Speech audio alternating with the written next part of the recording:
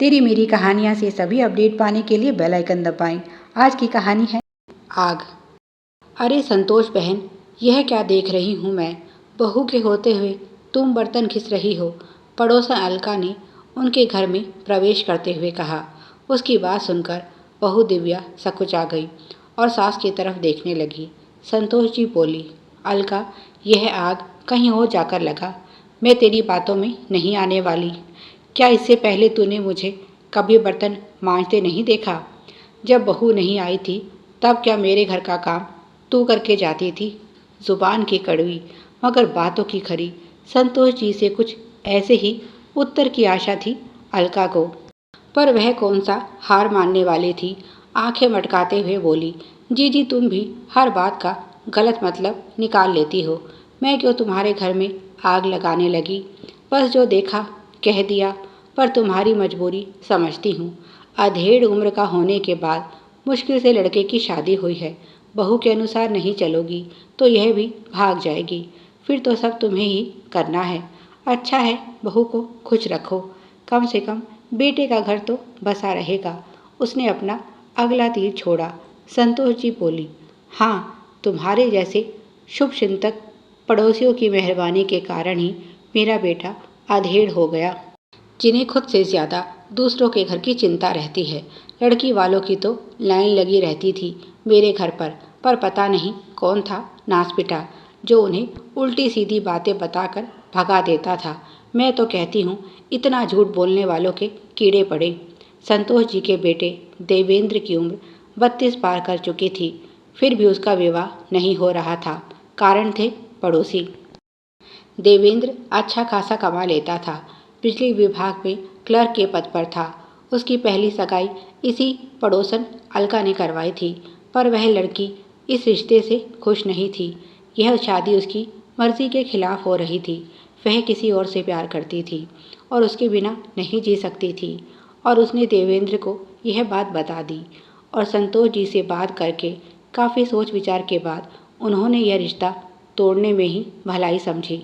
बस उसके बाद तो अलका ने पूरे मोहल्ले में उनकी यह कहकर बदनामी कर दी कि यह तो दहेज के लालची हैं। दहेज के लालच में सगाई तोड़ दी, और जो भी रिश्ता आता उन्हें भी बढ़ा चढ़ाकर इसी तरह नमक मिर्च लगाकर बातें बताती, जिससे किसी भी लड़की वाले का मन इस रिश्ते के लिए तैयार न होता। फिर देवेंद्र की दूर की मौसी ने दिव्या के बारे में बताया। दिव्या 4 भाई बहनों में सबसे बड़ी थी। माता पिता की ज़्यादा गुंजाइश नहीं थी, इसीलिए उन्होंने ज़्यादा पूछताछ नहीं की और शादी कर दी। जब से देवेंद्र की शादी हुई है, अलका जल भुनकर रह गई है। संतोष जी ने सुना था कि इसने कसम खाई थी।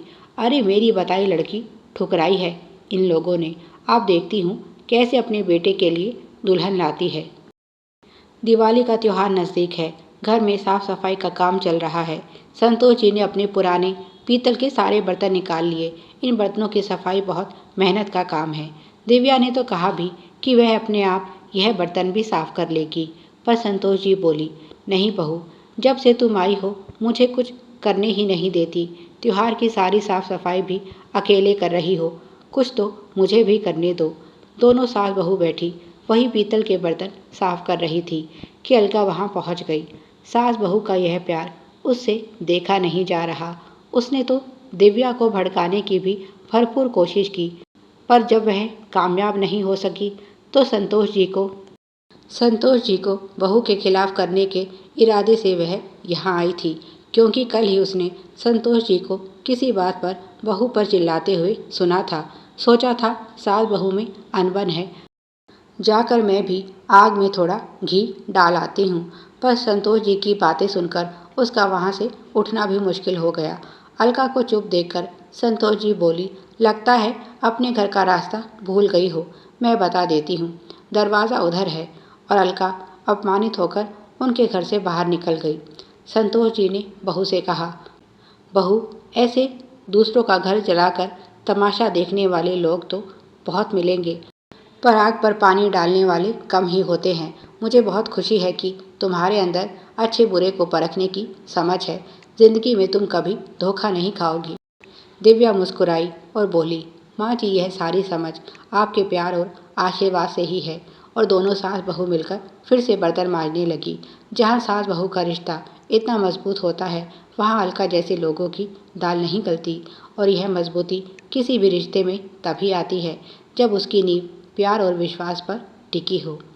प्यारे दर्शकों, आप सभी की सुविधा के लिए चैनल पर सैकड़ों कहानियाँ विभिन्न प्लेलिस्ट के रूप में उपलब्ध है। उन्हें भी पढ़ें और अपना प्यार दें। धन्यवाद।